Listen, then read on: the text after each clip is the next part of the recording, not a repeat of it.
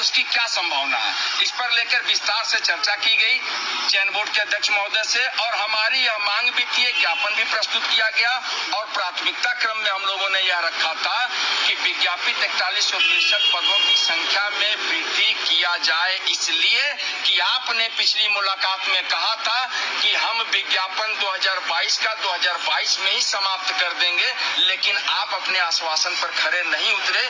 इन्हीं तर्कों को उनके सम्मुख रखा गया। अब 2023 आने जा रहा है, तो क्यों न आप 2022 के विज्ञापित पदों को के साथ 2023 के लिए जो एक नया पोर्टल खोलकर अध्याचन मंगाने का काम करें, वो मार्च 2023 के सभी रिक्त पद भी हो, या अगर संभव हो तो मार्च 2024 तक के सभी रिक्त पदों को आप अध्याचन का पोर्टल खोलकर मंगाने का कार्य करें, जिससे कि यह संख्या 4163 से बढ़कर 14163 या 24163 पद हो जाए, ताकि माननीय मुख्यमंत्री जी का जो कहना है कि नहीं, हम अधिकतम बेरोजगारों को नौकरी देने का कार्य कर रहे हैं, माननीय प्रधानमंत्री जी भी नियुक्ति पत्र वितरण कार्यक्रम में शामिल हो रहे हैं, तो यह कार्य सरकार के मंशा के अनुरूप होगा कि अधिकतम बेरोजगारों को नौकरी मिल सके। इसी मुद्दे को लेकर चेयरमैन साहब से लगभग 1 घंटे वार्ता हुई है। उस वार्ता में उन्होंने यह स्पष्ट आश्वासन दिया है कि आपका जो सवाल है वो विचारणीय प्रश्न है, विचार करने योग्य है, और इस पर जो है 22 और 23 को जोड़कर विज्ञापन जो है के पदों की संख्या को बढ़ाया जा सकता है। इस पर हम चर्चा करेंगे और आपको प्रयास है कि 10 दिनों के अंदर इस पर बताने का कार्य किया जाएगा, और हमारी कोशिश रहेगी कि हम जो है पदों को बढ़ा सकें। और जो दूसरा मुद्दा था कि परीक्षा तिथि की घोषणा, तो परीक्षा तिथि की घोषणा 4163 पदों के सापेक्ष इसी पहले मुद्दे से कनेक्टेड है, क्योंकि अगर अध्याचन का पोर्टल खुलेगा, सीटों में वृद्धि होगी, तो परीक्षा तिथि में विलंब हो सकता है। अगर परीक्षा फरवरी में भी करा ली।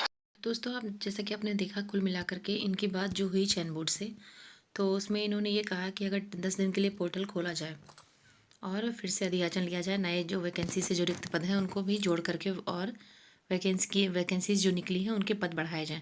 तो अगर ऐसा होता, अगर नए अध्याचन मंगाए जाते हैं और पोर्टल फिर से खोला जाएगा, तो ये जान लीजिए कि एग्ज़ाम जो है, आपकी परीक्षा जो है वो लेट होगी, परीक्षा तिथि और भी टल जाएगी। क्योंकि जो आपका जो नया अध्याचन है वो अभी तो इतनी जल्दी खुलने वाला भी नहीं है, अभी इतनी जल्दी वो अप्रूव भी होने वाला नहीं है। और जो आपके अध्यक्ष हैं चयन बोर्ड के, वो वीरेश कुमार जी, वो भी अप्रैल में रिटायर हो जाएंगे, तो उनका भी कार्यकाल समाप्त होने वाला है। तो कुल मिलाकर अभी अगर नई वैकेंसी आती है 2023 की, तो ही हमारे लिए, आपके लिए अच्छा है, क्योंकि जो है 2022 की पुरानी वैकेंसी है, उसका एग्ज़ाम अगर हो ये चाहें तो फरवरी तक करा सकते हैं। क्योंकि अभी तो इनका पूरा फोकस क्या है जानते ही हैं, आने वाले जो एग्ज़ाम बोर्ड हैं, बोर्ड परीक्षाएं हैं सबसे ज़्यादा। और बोर्ड परीक्षाएं होती कहाँ हैं? सभी इंटर कॉलेजेस में होती हैं। और जो कॉम्पिटिटिव एग्ज़ाम्स, जो हमारे चयन बोर्ड के एग्ज़ाम्स भी होंगे, वो कहाँ होंगे? वो वही उन्हीं इंटर कॉलेजों में होंगे। तो जैसे कि जानते ही हैं कि पहले अभी बोर्ड परीक्षा को प्रायोरिटी दी जाएगी, अप्रैल मार्च तक सारी परीक्षाएं भी होंगी, और उसके बाद उसके आगे की जो प्रक्रियाएं होती हैं उसको पूरा किया जाएगा। उसके बाद ही आपकी परीक्षा होने की संभावना है।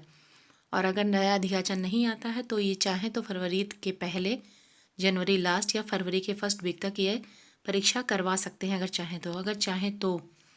नहीं तो फिर अभी तो आप अप्रैल तक इंतज़ार करिए। अगर नया अध्याचन आता है, नए पद इसमें जोड़े जाते हैं, तो फिर तो परीक्षा बहुत क्योंकि जब अध्यक्ष रिटायर हो जाएंगे, इनका कार्यकाल समाप्त हो जाएगा, तो फिर एक बहाना फिर से मिल जाएगा कि हमारे तो अध्यक्ष ही नहीं है, अभी अध्यक्ष की नियुक्ति होगी। तो फिर इस तरह से काफ़ी लंबे टाइम तक इंतज़ार करना पड़ सकता है।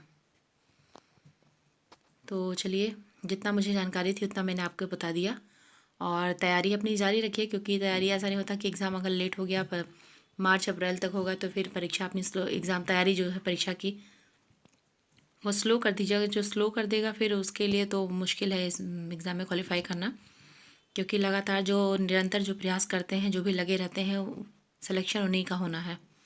जो भी ब्रेक ले लेगा, जो भी सोचेगा कि अभी चलो अभी तो टाइम है, तो फिर बहुत मुश्किल है, फिर वो सोचे ही ना कि उसका सिलेक्शन होना है। तो आप जितना, और ये भी जान लीजिए कि कट ऑफ भी बहुत ज़्यादा जाने वाली है, क्योंकि जितना ज़्यादा आपको पढ़ाई का रिवीजन का टाइम मिलता है उतना ज़्यादा कट ऑफ जाने के चांसेस बढ़ जाते हैं। तो इस तरह से आप कट ऑफ भी ज़्यादा जाएगा, तो इसलिए जो कट ऑफ ज़्यादा जाएगा तो फिर आप सोच सकते हैं कि तैयारी आपको कितनी अच्छी करनी है। तो इस वजह से आप लगे रहिए, मेरे चैनल के साथ जुड़े रहिएगा। मैं आपको पूरा रिवीजन बिल्कुल जितना भी TGT से रिलेटेड जो भी रिवीजन है सारे के सारे मैं करवाऊँगी टाइम टू टाइम, और एग्ज़ाम के पहले ही। और रिवीजन सबसे ज़्यादा ज़रूरी है, क्योंकि पढ़ाई तो सभी कर लेते हैं, बट रिवीजन जो अच्छे से करता है उसका कभी भी 4 ऑप्शन में से कोई भी ऑप्शन गलत नहीं जाएगा। कभी वो ऑप्शन देखने के बाद उसको गलत होगा ही नहीं उसका क्वेश्चन। तो जिसने रिवीजन नहीं किया उसी के गलत होता है, उसी के चांसेस होते हैं सिलेक्शन ना होने के। तो दोस्तों बने रहिए चैनल के साथ, और रिवीजन वीडियो मैं लेकर आती रहूँगी। ओके।